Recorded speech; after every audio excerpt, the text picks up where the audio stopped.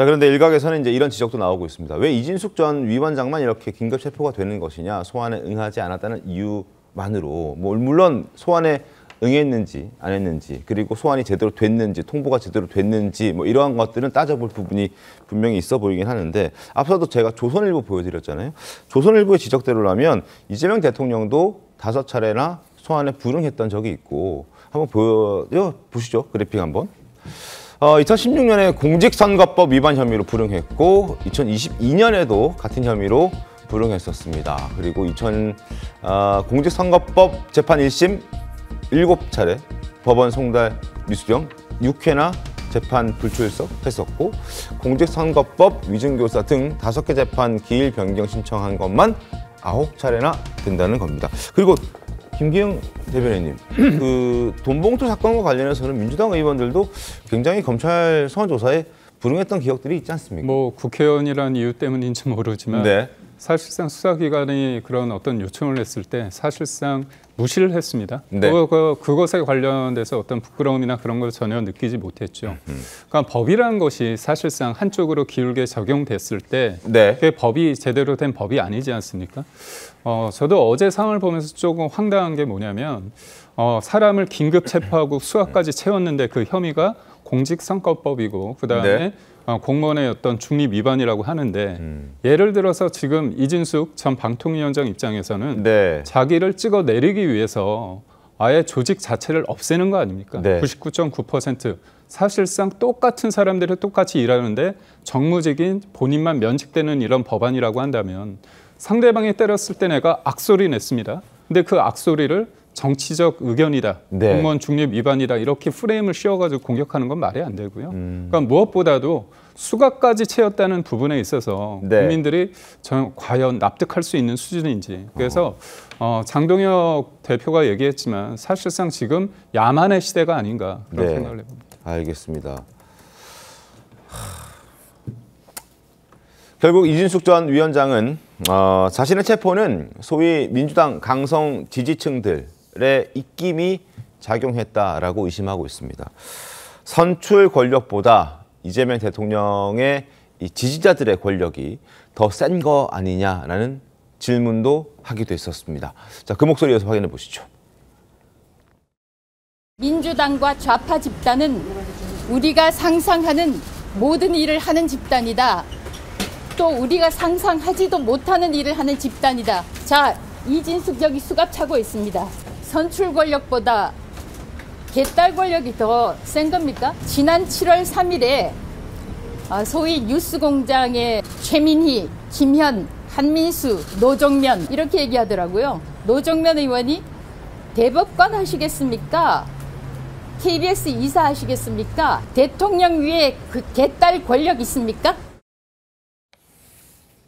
자, 결국 개딸이 다 좌지우지하고 있는 것 아니냐라는 지적입니다. 김기영 대변인 어떻게 보셨습니까? 그러니까 저희가 지금 이재명 대통령이 용산 대통령이고 네.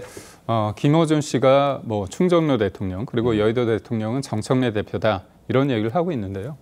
근데 이게 단순히 그냥 호사가들의 말이 아니라 실질적으로 어떤 권력의 어떤 메시지나 어떤 권력의 어떤 뭐랄까요 지시 그런 것들이 이뤄지는 그 행태를 보면 충분히 저런 말이 나올 수밖에 없습니다. 예를 들어서 덧센 특검법 관련해서 네. 여야가 조직 개편안, 정부 조직 개편안 가지고 합의를 하지 않았습니까? 그런 그때가 근데 100일 기자회견을 하는 이재명 대통령께서 뭐라고 얘기했냐면 내가 한 거 아니다. 네. 내가 한 게 아니라 손살에 치면서 내가 한 게 아니라 그걸 반복을 하십니다. 강조를 하시죠. 그 얘기는 뭐냐면 그 전날까지만 하더라도 김병기 원내대표가 협상을 잘했다고 생각했는데 그 밤 사이에 원내대표가 했는데도 불구하고 당대표가 그거에 대해서 나는 부인을 하고 맞아요. 그다음에 추미애 법사위원장도 강하게 공격을 하죠. 네. 그리고 김어준 그 다음날 김어준 씨도 이거에 대해서 문제를 제기합니다. 네. 그러니까 결국은 뭐냐면 이른바 이재명 정부, 이재명 대통령과 그다음에 민주당이 이른바 계속 더 센 특검법안이 굉장히 절대선이라고 생각한 거예요. 네. 그런데 이 부분에 대해서 저쪽이 말하는 내란 세력과의 일정 부분의 어떤 합의를 했다는 부분에 대해서 네. 개딸들, 강성 지지자들 입장에서 납득이 안 되니까 굉장히 이재명 대통령마저도 왕수박이다 이런 비판이 나왔습니다. 그러다 보니까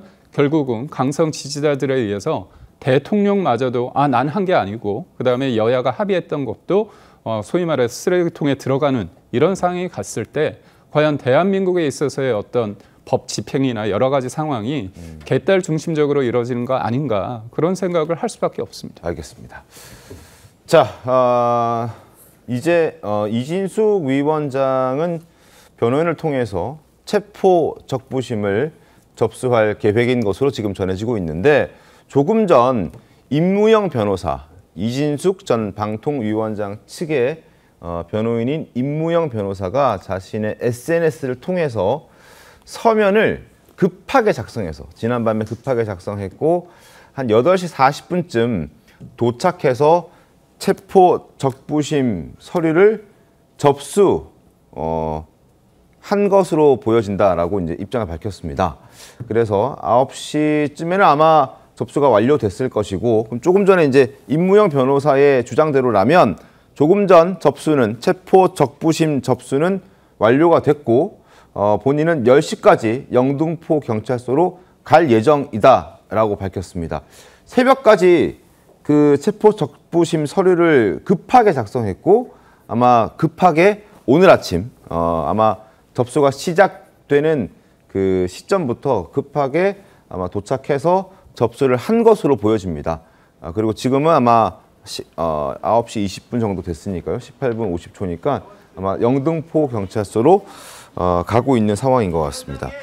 체포의 적법성을 따지겠다며 지금 체포 적부 심사도 청구한 상황인데 어떻게 될 것 같아요? 어쨌든 48시간 이내에 경찰이 체포를 했으면 이진숙 전 방통위원장을 대상으로 구속영장을 신청하든지 아니면 풀어주든지 둘 중에 하나를 해야 되잖아요.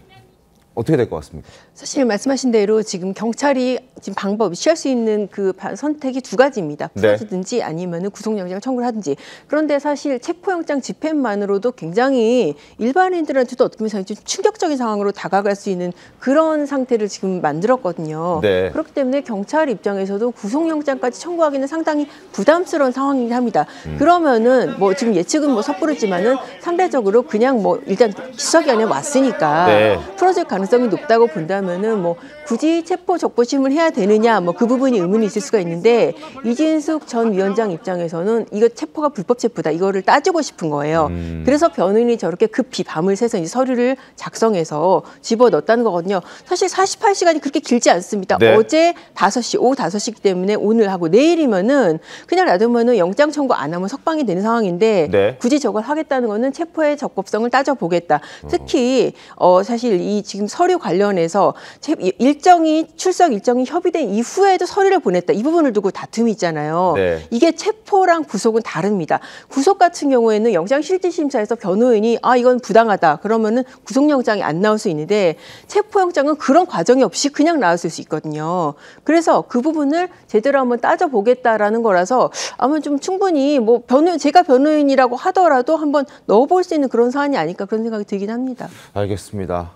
5분 뒤면 변호인이 영등포 경찰서에 아마 도착할 것으로 보여집니다. 지금 현장에 저희 또 취재 기자들이 나가 있는 상황이고요. 과연 또 어떤 얘기를 하게 될지 또 궁금해지는 대목인데 어쨌든 체포 적부심을 신청했습니다. 이건 이제 석방되거나 혹은 또 구속영장까지 갈 수도 있겠지만 석방되는 것과 상관없이 이 체포의 부적절함을 따져보기 위한 어떤 법적인 절차를 밟는 것이다라는 설명도 해주셨습니다. 근데 48시간 뒤에 이제 얼마 안 남았죠? 한 하루 정도 지나면 이제 석방이 되거나 아니면은 영장을 청구해야 될 텐데 네.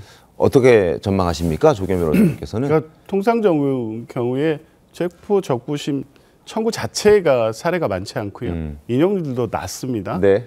그리고 지금 변호사님 말씀대로 48시간 내에 구속영장 청구를 할지 아니면 석방하고 수사를 이어갈지에 대해서 경찰 판단이 있을 텐데요. 그럼에도 불구하고 체포 적부심을 청구한 것은 뭐 주장으로서는 지금 출석에 불응하거나 불응할 염려가 없음에도 불구하고 청구한 영장이라는 위법성을 다퉈보겠다는 것인데 지금 변호인이 주장 내용들도 보면 실제 경찰이 체포영장에 기재된 구체적 사실관계가 좀 다를 가능성이 있습니다. 협의도 일방적인 협의, 그러니까 우리 이렇게 할 거니까 네. 그때 갈 거라는 것을 통보해 놓고 마치 협의를 해서 조정한 것처럼 주장했을 가능성이 있고 그렇기 때문에 영장이 발부된 게 아닌가 싶습니다. 그러면 네.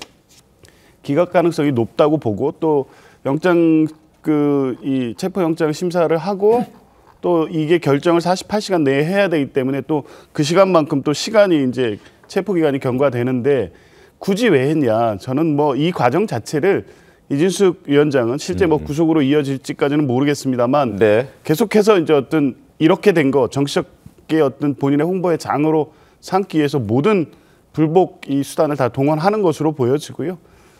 이 또한 뭐 당연히 체포된 피의자의 권리이기도 하지만 네. 정치적인 어떤 행위 그 효과까지 다 고려한 것이 아닌가 싶습니다. 알겠습니다.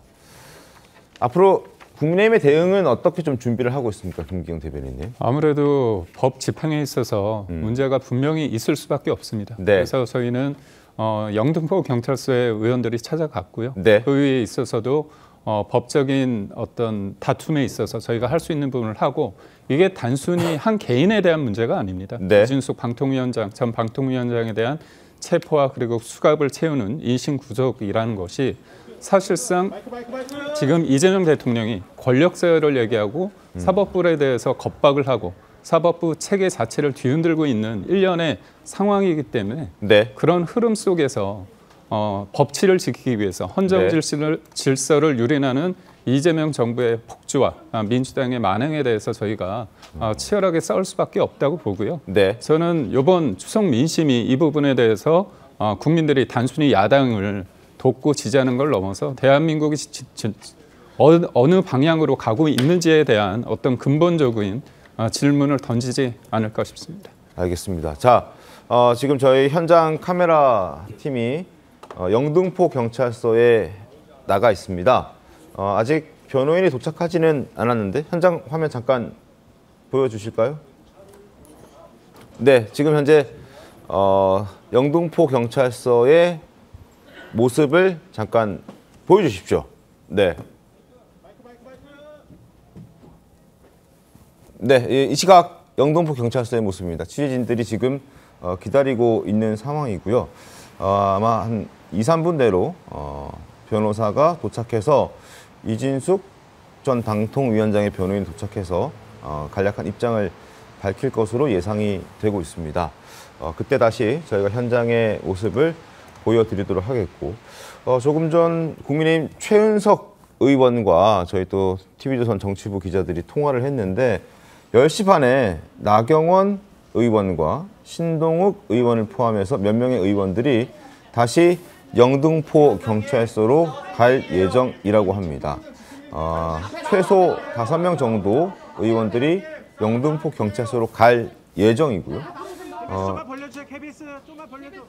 그리고 원내대표와도 통화를 했고 지금 지도부 차원에서 장동혁 당대표도 밝혔듯이 다른 일정 모두 지금 뒤로 미루고 모든 일정 취소하고 이진숙 사태와 관련해서 당사와 국회를 지키면서 경찰, 검사, 판사 고발 준비하고 싸워야 할 일이 있다면 바로 싸우겠다.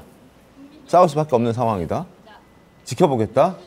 이런 입장까지 지금 내놓고 있습니다. 사무총장, 비서실장까지 보내서 영등포서에 항의하도록 조치하겠다. 이런 얘기들이 지금 나오고 있습니다. 자, 양호연 변호사님, 지금 이진숙 위원장의 변호인이 이제 곧 있으면 경찰서로 도착할 것 같은데 어떤 얘기를 좀 할 수 있을까요? 제가 지금 이제 방금 그 페이스북에 게시한 그런 네. 그 지금 체포 적부심하고 영장 내용 지금 보고 있거든요. 영장 내용을 사실 보니까 이제 그런 내용들이에요. 그러니까는 이 국회의 정당한 탄핵 소추에 대해서 뭐 이렇게 그런 좌파들의 뭐 어떤 뭐 핵책이나 이런 식으로 또 유튜브 같은 데 나가서 한 발언들 이런 것들을 갖다가 들면서 국회의 정당한 탄핵 소추를 이렇게 뭐 정치적인 의도를 가지고 가지고 비난했다. 이런 식의 사실 영장 기재거든요. 그래서 저도 상당히 좀 의문인 게 네. 이게 최소한 어쨌든 3단계 그 사법적 판단을 거쳐서 이런 영장이 나왔단 말입니다. 네. 일단 경찰이 신청을 했고 그거를 검찰이 받아서 청구를 했고 이거를 법원이 발부를 했는데 이게 물론 이제 체포영장 단계에서 죄의 성립 여부를 엄격히 따지지는 않습니다. 출석 불응이나 출석 불응의 우려가 이제 중요한 측면이긴 한데 그렇다고 하더라도 뭐 이런 정도의 어떤 정치적 발언에 대해서 이게 공직선거법 위반으로 체포영장이 나올 만한 사안인지 그 부분에 대한 부당성을 아마 변호인도 집중적으로 얘기를 하고 또 이제 변호인 같은 경우에는 아무래도 이 출석 절차를 직접 협의했다고 하니까 네. 그 부분에 대해서 우린 날짜 협의를 했는데도 그걸 전달을 했는데도 나왔다라고 이 체포영장의 부당성을 강조하지 않을까 싶습니다. 알겠습니다.